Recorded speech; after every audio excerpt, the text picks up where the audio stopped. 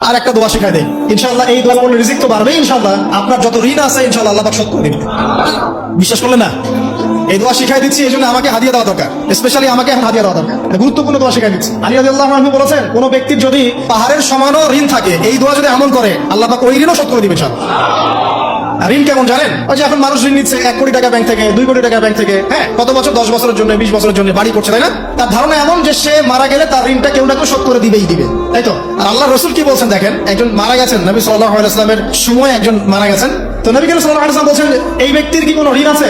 একজন সাহাবী বলেন, হ্যাঁ ইয়া রাসূলুল্লাহ, তো ঋণ আছে। নবীজি বললেন, তোমরা ওর জানাজা পড়ো, আমাকে ডেকো না, তোমরা ওর জানাজা পড়ে নাও, আমি জানাজা পড়তে চাচ্ছি না। আমি এখন কেমন করে আপনাকে বুঝাবো ঋণ কত ভয়ঙ্কর জিনিস? আপনি যে ব্যাংক থেকে 3-4 কোটি টাকা লোন নিয়ে রাখছেন, লাখ লাখ টাকা লোন নিয়ে বসে আছেন, দিব্যি সুখে বসে আছেন, এমন চিন্তায় যে আপনার মওত হবে না। আর নবী সাল্লাল্লাহু আলাইহি ওয়াসাল্লাম সময়ে একজন মারা যাচ্ছেন, তিনি বলছেন তোমরা জানাজা পড়ে নাও, আমি জানাজা পড়তে চাচ্ছি না। মানে ঋণগ্রস্ত ব্যক্তি জানাজাও তিনি পড়তেন না। তারপরে একজন এসে বললেন, ইয়া রাসূলুল্লাহ, আমি তার ঋণ শোধ করে দিব, তার যা ঋণ আছে আমি শোধ করে দিব। তখন নবী এসে জানাজা পড়লেন সাল্লাল্লাহু আলাইহি ওয়াসাল্লাম।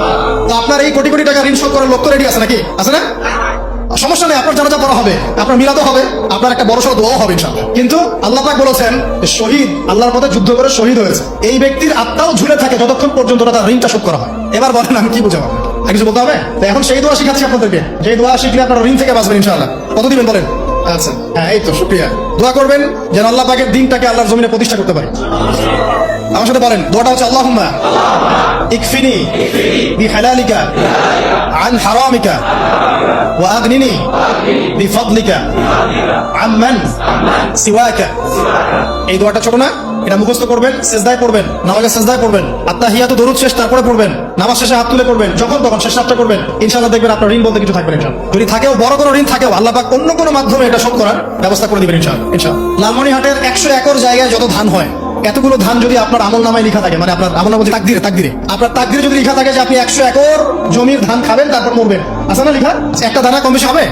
আপনি যদি আল্লাহর প্রতি তাওয়াক্কুলি করেন, তাহলে আপনি আল্লাহর পথে থাকবেন, বিশ্বাস করবেন যে আল্লাহ পাক যেটা লিখে রাখছে আমার তাকদিরে রিজিক, এর একটা দানা রেখেও আমি পৃথিবী থেকে যাবো না, সিম্পল। তখন আপনার অন্য পথে যাওয়ার কোনো কারণ নাই। আর যখন আপনি বিশ্বাস করবেন না, না এটা আমার হাতে, আমি যত পরিশ্রম করবো তত রিজিক বাড়বে, আমি যত ঘুষ নিব তত বাড়বে, যত সুদ খাবো তত বাড়বে, যত দুর্নীতি করবো তত বাড়বে, তখন তো রিজিকের এই পুরো দায়িত্বটা আল্লাহ পাক আপনার হাতে ছেড়ে দিবেন। আল্লাহ পাক আপনাকে কোনো বারাকা দিবেন না। ইয়ামহাকুল্লাহু রিবা ওয়া ইউরবিস সাদাকা। সদকা করলে সম্পদ বৃদ্ধি পায়, আর রিবার মধ্য দিয়ে সম্পদ ধ্বংস হয়ে যায়, একদম মাটিতে মিশে যায়। কিভাবে ধ্বংস হয় সেটা এখন আলোচনা করার সুযোগ নাই, সময় নাই। আমি ইনশাআল্লাহ আরেকদিন শুধু রিবা নিয়ে আলাদা আলোচনা করবো।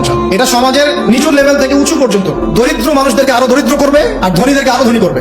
সম্পদ এক শ্রেণীর মানুষের হাতে গিয়ে জমা হয়ে যাবে, সবার হাতে সম্পদ এভাবে সার্কুলেট করতে থাকবে না। আর যখন আপনি যাকাত ভিত্তিক অর্থনীতি চালু করবেন, সাদকা করবেন, হালাল থাকবেন, ব্যবসা করবেন, তখন সম্পদ এক হাত থেকে আরেক হাতে ঘুরতে থাকবে।